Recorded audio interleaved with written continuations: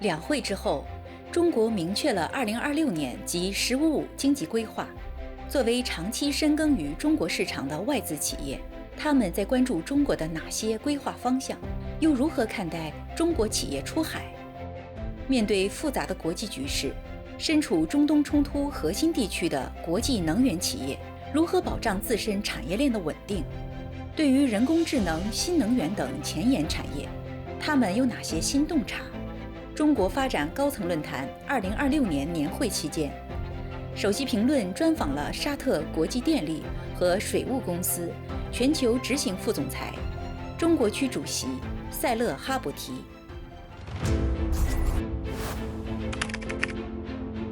Mr. Hapti, the national two sessions have just concluded, releasing 2026 Economic Work Plan and the 15th Five-Year Plan outline. Which topics in these documents are you particularly interested in? First of all, the positive outlook of China's economy was expected but refreshing to see there. The importance of renewable energy as a part of China's continued commitment to a peak carbon by 2030 and zero carbon by 2060, the control of carbon emissions, the importance of green hydrogen, and the importance, I believe, of renewable water resources. And we think for us as ACWA, our three pillars, green hydrogen, renewable energy, and all in all, water desalination, we think will bring great additions to the five-year plan with our partners here to serve the Chinese economy. When you attend this year's China Development Forum, what specific questions do you want to explore? And what kind of pragmatic exchanges and business promotion do you expect to achieve with the participants? First of all, with the participants, especially Chinese government and Chinese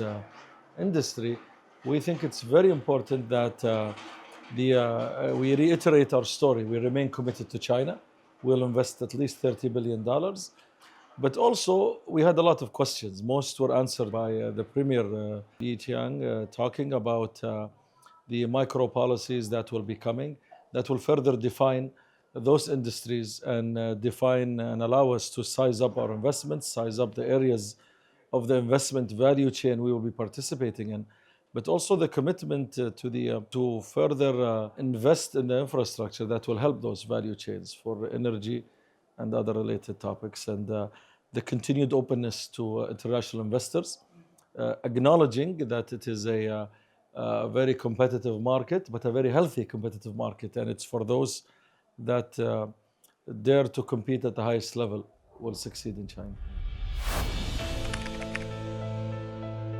In the recent years, geopolitical conflicts have intensified, especially in the Middle East recently. How has your company responded to such challenges? First of all, conflicts, wherever they happen, it's a sad thing that we don't like seeing, but it's a reality that happens. We remain resilient in our value chains because we choose the top suppliers like Jinko, like Goldwind, among others here in China that have helped us grow. The importance of green energy and allows us to understand further our areas of growth. But we have to look and measure for the safety of our people and safety of our facilities as a priority. But for us, our plans long-term don't change. We remain as a company targeting $250 billion of assets under management by 2030. And we remain committed to the Chinese market. And the Chinese market will continue to be a great supplier of the best EPC contractors at engineering excellence and competitive cost, and continue to be the source of the best equipment we've been using that allowed us to deliver cost-effective solutions, sustainable green power and high-quality water in those countries. Those successful investments will beget more investments in those countries, but we grow more confident to enter new countries. And what will not change is the importance of China to us, either as a supplier of these equipment and EPC contractors, either as a funder. We've borrowed more than $12 billion from Chinese companies that helped us in Saudi Arabia and other Belt and Road countries to expand their investment. Saudi Arabia is an important node on Belt and Road. Have you found the connection and ties between the Vision 2030 and Belt and Road Initiative? But as a former Deputy Minister of Investment, I tell you, if you look at the Belt and Road countries, Saudi Arabia as a country delivers an amazing value proposition for Chinese companies to look at as a second home, to serve more countries deeper into Africa and into Europe. Our entire West Coast is on the Belt and Road. So you're 4 days away and a half from Greece, you're 6 days away from Italy.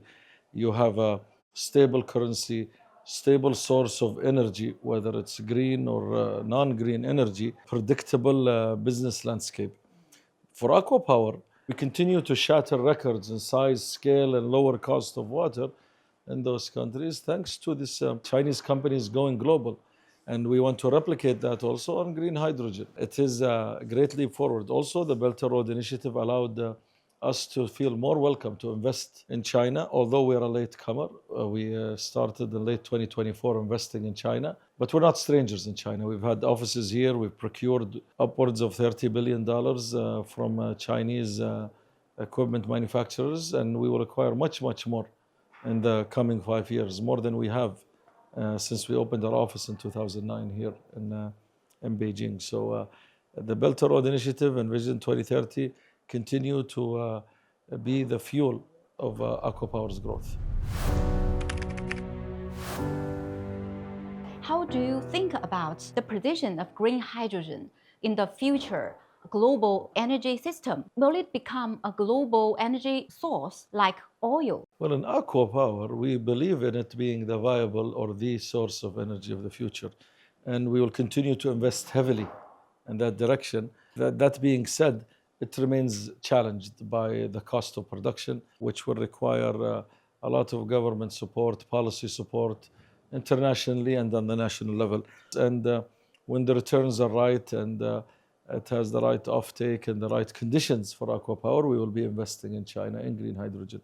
We believe it will happen. The global application of AI has much increased the demand for electricity, which I assume plays a positive role in your business. Of course. Has that made any obvious changes already? Well, we see the impact on demand. I think there is a great opportunity for us to play in.